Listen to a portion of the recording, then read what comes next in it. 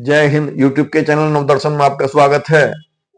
नीतीश कुमार के साथ हो गया है बहुत बड़ा खेला और अब नीतीश कुमार की पार्टी जेडीयू बड़े भाई की भूमिका में नहीं है। अब बिहार में उन्हें बीजेपी के साथ बराबर की हैसियत से रहना होगा। नीतीश कुमार बीजेपी की मीटिंगों में कहते रहे कि मुझे भले ही एक सीट बीजेपी से ज्यादा दीजिए, इससे मेरा मान सम्मान बचा रहेगा। लेकिन अमित शाह ने कल मीटिंगों में जो सीट शेयरिंग का घोषणा की, उसमें जनता दल यू को 101 सीटें और बीजेपी को भी 101 सीटें दी और नीतीश कुमार के प्रतिद्वंदी यानी उनके दुश्मन कहे जाने वाले चिराग पासवान का कद बढ़ा दिया। सारी अफवाहें चल रही थी कि उनको 26 सीटें मिल सकती हैं, लेकिन अमित शाह ने दरियादिली दिखाई और उनको 29 सीटें दे दी और चिराग पासवान का कद ऊंचा कर दिया। अब जेडीयू का कोई भविष्य नहीं है। इलेक्शन के बाद नीतीश कुमार मुख्यमंत्री बनने वाले नहीं हैं। नीतीश कुमार गुजरे जमाने के नेता होने जा रहे हैं और उनको कभी सुशासन बाबू कहा गया तो कभी पलटूराम कहा गया। वो 2005 से लगातार मुख्यमंत्री हैं, चाहे लालू प्रसाद यादव के साथ जाकर 2 बार उन्होंने सरकार बनाई और फिर पलट पलट कर बीजेपी के साथ आते रहे, लेकिन अब उनके पलटने का दौर ही खत्म हो गया है।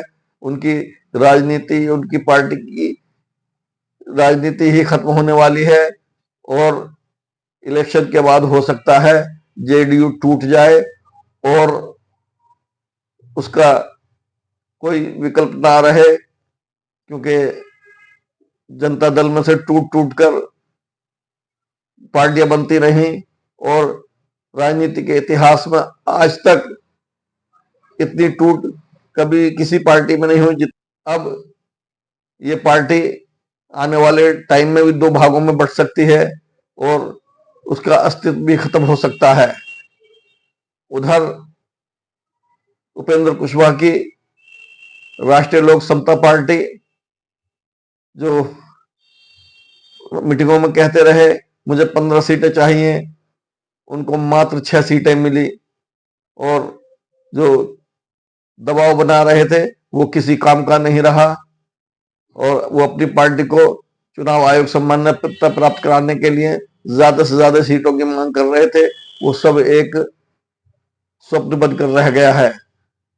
उधर जीतन राम मांझी की पार्टी वो तो बहुत दावे भर रहे थे कि हमें हर हाल में 15 सीटें चाहिए और वो बाद में 8-9 सीटों तक के लिए राजी हो गए थे। फिर भी उनको सिर्फ 6 सीटें मिली और पिछले विधानसभा के चुनाव में उनको 7 सीटें मिली थी और उन्होंने 4 सीटों पर जीत हासिल की थी। इस बार केवल उनको 6 सीटों पर ही संतोष करना पड़ रहा है और वो पटना आते हुए एयरपोर्ट पर उन्होंने अपना संतुष्टि तो जताई, लेकिन उनके चेहरे पर उनका हाव भाव अलग ही दिखाई दे रहा था। वो अपने आप को हताश और निराश समझ रहे थे और अब वो बीजेपी के पिछलग्गू बन गए हैं। अब होना ये चाहिए था कि उन्हें अपनी पार्टी का विलय बीजेपी में कर लेना चाहिए था या जनता दल यू में कर लेना चाहिए था। पिछली बार उपेंद्र कुशवाहा AIMIM के साथ अलग गठबंधन में इलेक्शन लड़े थे और उनकी पार्टी को एक भी सीट नहीं मिली थी। इनका अस्तित्व कुछ ही सीटों पर है, लेकिन वे लंबी लंबी बातें करते हैं और दबाव की राजनीति करते हैं। बीजेपी ने साफ कर दिया है कि बीजेपी किसी भी दबाव में आने वाली नहीं है और वो अपना अलग रास्ता चुनेगी और अगर उसे बहुमत मिला तो वो अपना बीजेपी का मुख्यमंत्री बनाएगी। नीतीश कुमार तो बन ही नहीं सकते। अब उनकी पार्टी का भी मुख्यमंत्री बनना बहुत दूर की कौड़ी हो चुका है। अगर आपको हमारा वीडियो पसंद आया हो तो हमारे वीडियो को लाइक, सब्सक्राइब और शेयर करना ना भूलें, क्योंकि वीडियो बनाने में आंकड़े जुटाने पड़ते हैं और बहुत टाइम लगता है। धन्यवाद।